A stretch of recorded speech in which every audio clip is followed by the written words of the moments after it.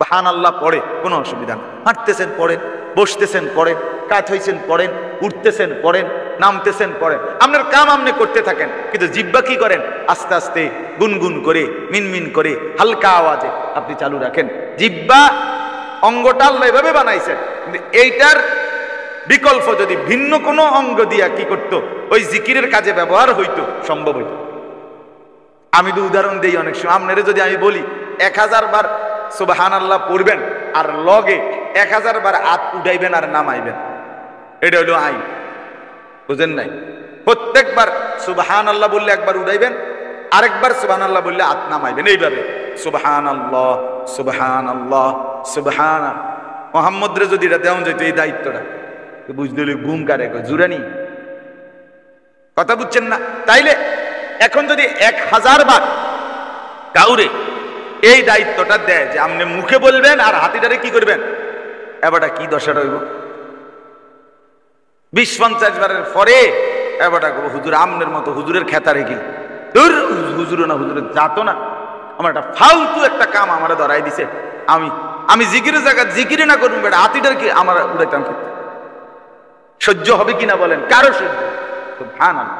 আল্লাহ তাআলা এই জন্য অন্য কোন অঙ্গের দায়িত্ব দেয় নাই, এই জিহ্বাকে দিছে। কিন্তু এই জিহ্বা একসাথে 1,00,000 বারও যদি পড়ে কোনো অসুবিধা। এজন্য আজকের প্রথম কথা, আজকের প্রথম সবক আমরা 5 জন শুনি আর 50 জন শুনি, এটা কোনো অসুবিধা না। আজকের এই মজলিসটা আসলে আমার আজকে মাহফিল ছিল চান্দিনা বদরপুর, মাগরিব বাদ বয়ান ছিল, এরপরে আমার মাহফিল বরুরা ইনশাআল্লাহ। তো এই গতকাল হলো সোমবার, তার আগের দিন রবিবার, নাকি রবিবার খুব সম্ভব, হ্যাঁ রবিবার দিন এশার সময়, মানে ওরা চূড়ান্ত ফয়সালা হয়েছে, তাদের যে জায়গায় মাহফিল, বৃষ্টিতে এই পরিমাণ কাদা, কোনোভাবেই তারা শুকাইবার ব্যবস্থাও নাই তাদের, আর বিকল্প কোনো মসজিদ ঘর কিচ্ছু নাই তারা জানাইছে। এইটাই নজরুল এর সামনে নাকি, মানে কথার প্রসঙ্গে আমি বলছি, বলার পরে হে 10-15 মিনিট পরে হে বলছে যে হুজুর না, এখানে আমি দেবিদ্বারে একটা মাদ্রাসা, ওইখানে আপনি এই বয়ানটা করেন, ঠিক আছে চলো, অসুবিধা কি? যে নেই হোক আমার কোনো আপত্তি, ও মাইক ধরাই দিলে হয়েছে, এটা কোন আল্লাহর কথা বলা। এখানে কয়জন আসবে, কয়জন বসবে, আমি কয়জন শুনবে, এত কিছু গুনবার সময় এত হুইতলে বালা, এই টাইমটাই চিন্তা করার টাইমটা যদি ঘুম যায় তত ভালো। আল্লাহর কথা বলতে থাকা, আল্লাহর কথা বলতে থাকা, 1 জন হোক, 2 জন হোক, 10 জন হোক, 10,000 হোক, আল্লাহর কথা বল। শয়তানকে যে অনুসরণ করবে, এই দেখেন এটা একটা গুরুত্বপূর্ণ, যে গুনার রাস্তা ধরবে, আল্লাহ বলেন এইবার শয়তান যদি তোমারে একবার হাতে নিতে পারে, এবার 24 ঘন্টা তোমারে কেবলই অশ্লীলতা, বেহায়াপনা, উলঙ্গপনা এবং গুনাহ, মন্দ, পাপ, নিকৃষ্ট কাজের দিকেই তোমাকে বলতে থাকে, বলতে থাকে। ফাসাউফা ইয়ালকাউনা গাইয়া, কোরআনে আছে, যে মনের চাহিদা মতো চলে, আল্লাহ বলেন তার অবস্থা এমন হয়, এইবার তার একটার পর একটা ভ্রষ্টতা, নাফরমানি তার মিলতেই। শুরু তো করছিল স্পিড খাইয়া, শুরু তো করছিল টাইগারের বোতল খাইতো, কিন্তু এখন কি করে? নেশা করে, এখন ইনজেকশন লয়। কথা বুঝছেন? শুরু তো করছিল কোনো মেয়ের হালকা, কোনোদিন ছবি দেখছে, কিন্তু এখন জিনার ব্যভিচারের আড্ডায় রাত কাটে, রাত। হ্যাঁ,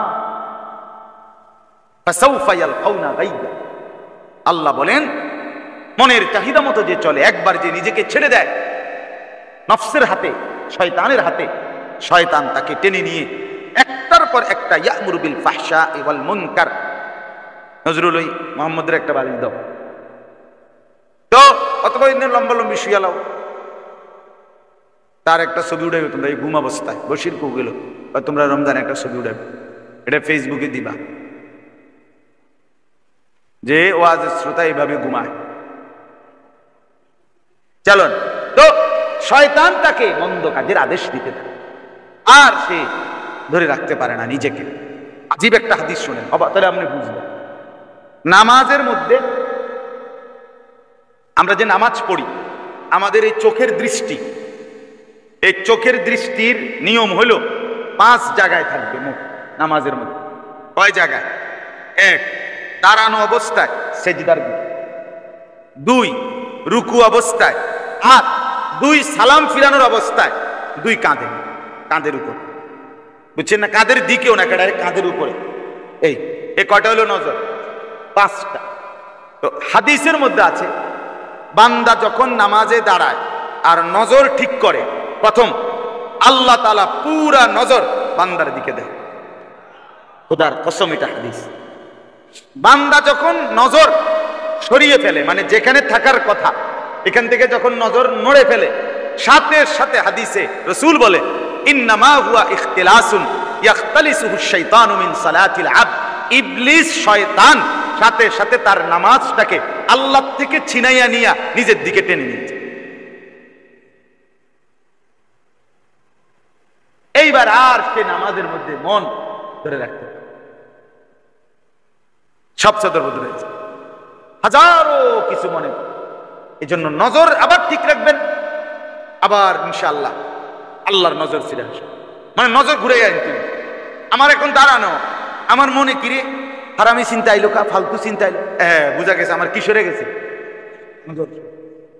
আবার নজর জায়গা টানেন, যেখানে যে অবস্থা আপনার নামাজ আবার কি হয়ে যাবে, ঠিক খুশুওয়ালা হবে। নামাজ খুশুওয়ালা হওয়ার জন্য নজর ঠিক রাখা আর হাতের ধরা ঠিক রাখা, এটা জরুরি। হাত ধরার ক্ষেত্রে ঠিক রাখা, এভাবে নিয়ত বাঁধার সময় এখানে ধরা, রুকুর সময় 2 হাঁটুর উপরে ছড়িয়ে শক্ত করে ধরা, সেজদার সময় আপনার 2 হাত মিলাইয়া একদম মিলাইয়া রাখা, আর বাকি অবস্থা স্বাভাবিকভাবে কি রাখা, হাত রাখা। এই 4টা। হাতের ধরা কয়টা? 4টা। নজর কয়টা? এই 9টা যে ঠিক করে নামাজে বাহ্যিকভাবে তার নামাজ খুশুওয়ালা হয়, মজাওয়ালা হয়। এই নামাজ তাকে গুনাহ থেকে বাঁচায়, এই নামাজ তার জিন্দেগি সুন্দর করে দেয়। হ্যাঁ, নামাজ সুন্দর করতে হয়। আমার খুলনার হযরতের বৈশিষ্ট্য এটা।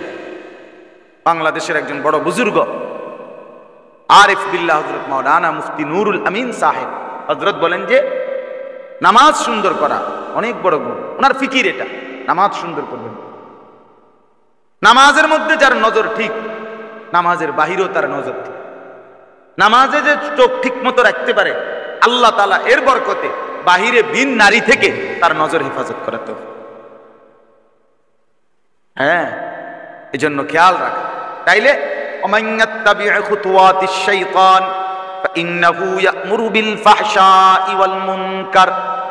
রব্বুল আলামিন বলে, যে শয়তানকে অনুসরণ করবে, গুনার রাস্তা ধরবে, একটা গুনাহ শুরু করে দিলে সাথে সাথে শয়তান তোমাকে টেনে নিবে, কোলে করে আদর করে এবার একটার পর একটা অশ্লীলতার গুনার মধ্যে লাগিয়ে দিবে। মদ খাও, জুয়া খেলো, নারীর পেছনে চলো, গান। রাসূল সাল্লাল্লাহু আলাইহি ওয়াসাল্লাম বলছে, গান, কোন ব্যক্তি যখন গান শুনে, তো কোন জায়গায় পানি পড়লে, বৃষ্টির পানি পড়লে যেমন নতুন চারা, নতুন গাছ জন্ম নেয়, রাসূল বলেন গান ঠিক এরকম ভাবে জিনা আর ব্যভিচারকে এভাবে উৎসাহিত করে। আল গিনা ইউমবিতুজ জিনা, জিনা তৈরি করে, আসক্ত হয় সে নারীর। পৃথিবীর সব গান কাকে কেন্দ্র করে? নারীকে। তুমি চাঁদের মতো, তুমি রোদের মতো, তুমি সূর্যের মতো, তুমি কাঠের মতো, তুমি ওয়ালের মতো, তুমি প্লাস্টিক, তুমি রাবার, তুমি ইলাস্টিক, তুমি হাফ প্যান্ট, তুমি ফুল প্যান্ট, তুমি মারুয়ার প্যান্ট, সব তুমি। সে আর কিছু নাই, সব তুমি। হ্যাঁ, নারীকে কেন্দ্র করে। গানের মূল উপাদান কাকে কেন্দ্র করে? ঠিক আছে, গানের। হ্যাঁ, এই জন্য গান জিনার ব্যভিচারের দিকে ধাবিত করে। পৃথিবীর আধুনিক যে গান, বুঝছেন না কথা? হ্যাঁ, এই আপনার যত গানের, কত আইটেমের গানের আলাদা আলাদা নাম আছে। চলেন তো, ওমান ইয়াত্তাবি' খুতুওয়াতিশ শাইতান ফাইন্নাহু ইয়া'মুরু বিল ফাহশাই ওয়াল মুনকার। যে শয়তানের অনুসরণ করে, একবার পা দেয় তওবা যদি না করে, ফিরে যদি না আসে কষ্ট করে, তো শয়তান তাকে বুকে নিয়ে নেয়, আদর করে এবার তাকে গুনার রাজ্যে ঢুকায়, গুনার রাজ্যে ডুবায়। আল্লাহ আমাদেরকে মাফ করে দেন। এরপরে আল্লাহ বলেন, ওয়ালাউলা ফাদলুল্লাহি আলাইকুম ওয়া রাহমাতুহু মা যাকা মিনকুম মিন আহাদিন আবাদা। এবার আসেন কথার উপসংহার। আল্লাহ বলে, বান্দা তুমি যদি আমার কাছে না থাকো, আমার ইবাদতে না লেগে থাকো, আমার দয়া আসবে কোথা, আমার রহমত আসবে কোত্থেকে তোমার? আর আমার দয়া, আল্লাহর দয়া, আল্লাহর রহমত ছাড়া, আল্লাহ নিজে বলেন, যদি আল্লাহর দয়া আর আল্লাহর রহমত না হয়, মা যাকা মিনকুম মিন আহাদিন আবাদা, তোমাদের কেউ নিজের যোগ্যতায়, বংশের যোগ্যতায়, তোমার স্কুল, তোমার প্রতিষ্ঠান, তোমার দেশ, তোমার সমাজের যোগ্যতায় নিজেকে পবিত্র বানাইতে পারবে না। পবিত্র হইতে হইলে আমি আল্লাহর দয়া এবং আমার রহমত লাগবে। তাহলে পবিত্র মানুষ, চরিত্রবান মানুষ, আখলাকওয়ালা মানুষ, এটা আল্লাহ তাআলার দান। কার দান বলেন না? ছেলেটা অনেক ভালো। কি ভালো? কথা শুদ্ধ বলে, আর কথা বলেন না, কুমায়া কুমায়া কথা বলে, কেমন আছেন আঙ্কেল, আবার আসবেন কিন্তু ভুল যেন না হয়, দেখছো কি ভালো ছেলে। ওটা খারাইয়া মতে, আবার ওটা মুতে কি খারাইয়া, মেয়ের সাথে বিকাল বেলা আড্ডা দেয় পার্কে, ওটা বলে খুব ভালো ছেলে, দেখেছো কথা বলে কেমন কুমাইয়া কুমাইয়া, কথা না বলে কুমাইয়া। আপনি ছেলেটা উত্তম, এটা আপনি কেমনে বুঝলেন? কথা বলেন না কেন? যে ভিন নারীর সাথে কথা বলে, যে আরেকজনের মেয়েকে ভাগাই নিয়ে চলে গেছে, হ্যাঁ, কথা বলেন না কেন? এই জন্য মনে রাখতে হবে, আল্লাহর দয়া ছাড়া, আল্লাহর রহমত ছাড়া কেউ পবিত্র হইতে, আল্লাহ বলছে ওয়ালাকিন্নাল্লাহা ইউযাক্কি মান ইয়াশা, বরং আল্লাহই কেবল যাকে চান তাকে পবিত্র বানান।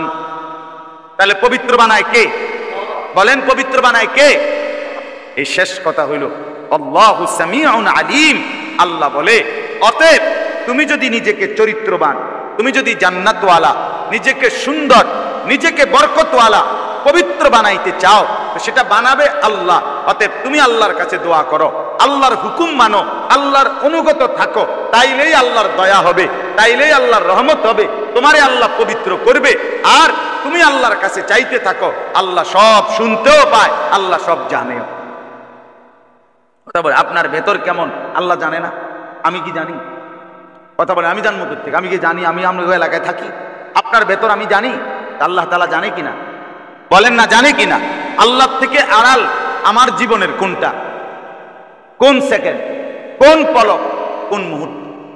এজন্য দয়া করে আজকে তারবিয়াতুল উম্মাহ এই মাদ্রাসাটার নাম, আমি কিন্তু এই মাদ্রাসার নাম এইটা দেখেই আয়াত করছি। তারবিয়ত মানে হলো রব্বা ইউরাব্বি, তারবিয়ত মানে হলো গড়ে তোলা, প্রতিপালন করা, কাউকে একেবারে গড়ে তোলা, সাজিয়ে তোলা, সাজিয়ে তোলা। তালিম, তারবিয়ত আমাদের কওমি মাদ্রাসার একটা বৈশিষ্ট্য, আমাদের আসলাফ আকাবের আমাদের বৈশিষ্ট্য। আমাদের প্রত্যেক কওমি মাদ্রাসার চেতনা থাকে যে দুই জিনিস একসাথে করা, তালিম এবং তারবিয়ত। আরো সহজে, এটা সব জায়গারই, আপনারা বাংলা ভাষায় এই শব্দের ব্যবহার আছে, যেমন এটা আমরা সবাই বুঝবেন, শিক্ষা দীক্ষা। শিক্ষা দীক্ষা কি কলম টলমের মতো? বুঝেন নাই কথা? যেমন কাগজ, কাগজ, তো এটা আমরা বলি যে কাগজের যদিও অর্থ আছে, কাগজের কোনো কি নাই, তো এটার মতোই কি দীক্ষা? না, এটা আলাদা অর্থ বল শব্দ। কলম টলম, তো কলম লগে যেরকম টলম, তো শিক্ষার লগে দীক্ষা এরকম না, না এরকম না, ওইটার অর্থ নাই। কিন্তু দীক্ষার কি আছে? শিক্ষা দীক্ষা। এটাই ছিল আমাদের ভাষা, এটাই ছিল আমাদের বাংলা, এটা আমাদের বাংলা ভাষাতেও প্রচলন আছে। কিন্তু আজ আমরা অভিভাবক, আজ আমরা সবাই দীক্ষা ছেড়ে দিছি। শব্দ মুখস্থ করো, পরীক্ষায় পাস করো, রেজাল্ট ভালো করো, আখলাক চরিত্র, চলাফেরা, আচরণ, উচ্চারণ, এটা তোমার মন মতো, তোমার মন মতো না। ইসলাম বলে শিক্ষাও লাগবে, দীক্ষাও লাগবে, তালিমও লাগবে, তারবিয়তও লাগবে। নবীজি বলছে আল্লাহ আমাকে ইলমও শিখাইছেন, আল্লাহ আমাকে আদবও শিখাইছেন। রাসূলের হাদিস। কথা বলবে কেমনে এটা পর্যন্ত শিখাইছে, কাকে আগে প্রাধান্য দিবে এটা পর্যন্ত শিখাইছে। শুধু কি ইলম শিখাইছেন? নবীজি অন্ধ সাহাবীকে বলতে দেরি করছে, মক্কার নেতাদেরকে বলতে একটু প্রাধান্য দিয়েছে, আল্লাহ আয়াত নাজিল করে তাৎক্ষণিক থামাই দিছে, রাখেন। কিটা কি ঘটনা, কি কি ব্যাপারটা কি বন্ধু? এবার অন্ধ দেখা চোখে লাগলো না নাকি? ফিরেন, তার দিকে ফিরেন, তাকে আগে বলে, এরপরে কোরআনের আয়াত। হ্যাঁ, আদব শিখাইছে, আদব শিখাইছে রাসূলকে সাল্লাল্লাহু আলাইহি। মক্কার কাফেররা একদিন আইসা বলছে নবীজি সাহাবীদেরকে নিয়ে বসা, গরিব সাহাবী, দুর্বল সাহাবী। মক্কার কাফেররা আইসা বলছে মুহাম্মদ তুমি সর্দাররা এই লোকগুলো সরাও, এর লোকে আমরা বইতাম না, অথবা তুমি উঠতে আইও আলাদা, আমরা লোকে আলাদা কথা কো, আমরা এই সমস্ত আঙ্গাল কাঙ্গালের লোকে বইতাম না। আল্লাহ তাআলা আয়াত নাজিল করে বলছে বন্ধু সাবধান, এক সুতা আমাকে যারা ডাকে ইবাদত করে তাদের থেকে নিজেকে সরাবেন না। তোর মতো নেতার খেতা গিলে বেটা যাবে না। ইমানদার সে রাস্তার ফকির হোক, ইমানদার খেটে খাওয়া দিন মজুর হোক, মুমিনের দাম বেশি। তার দাম বেশি? মুমিনের দাম। এই আদব আখলাক শিখাইছে, কেমনে বলবে, কেমনে করবে, সব শিখাইছে। তাহলে তালিম এবং তারবিয়ত এটা দরকার। আজকে আমরা ছোট্টবেলার থেকে অভিভাবক পর্যায়ে বাচ্চার হাতে মোবাইল দিয়ে দিছে, মোবাইল থেকে শিখো। বাচ্চার হাতে রিমোট দিয়ে দিছে, আব্বু তুমি টেলিভিশন দেখে দেখো, আম্মু এদিকে রান্না করি তুমি দেখো, তুমি কার্টুন দেখো, আম্মু একটু বাইরে যাব তো ড্রেসিং টেবিলে একটু সাজতেছি, তুমি তুমি এই ফাঁকে একটু কি করো, টেলিভিশন দেখো। আসছে বাচ্চাকে বাচ্চার হাতে ছেড়ে দিছে। গরুরে যদি গরুর হাতে ছেড়ে দেন, ছাগলকে যদি ছাগলের হাতে ছেড়ে দেন, সে কেমনে নিজেকে সাজাবে? সে নিজেকে নিয়ন্ত্রণ করবে। তাহলে বাচ্চাকে যদি বাচ্চার হাতে ছেড়ে দেয়, সে নিজেকে গড়বে কিভাবে? এই জন্য তারবিয়ত জরুরি, তালিম। এই জন্য আল্লাহ বলছেন আমার দয়া যদি না হয় নিজেকে নিজে পবিত্র বানাইতে পারবে। পবিত্র হওয়ার জন্য আল্লাহর দয়া জরুরি, আল্লাহর রহমত জরুরি। আজকের এই মাদ্রাসা আল্লাহ তাআলা যেন কবুল করে, আমাদের প্রত্যেকের ফিকির, স্ত্রী, ছেলে, মেয়ে আল্লাহ তাআলা যেন দিনদার হিসাবে কবুল করে।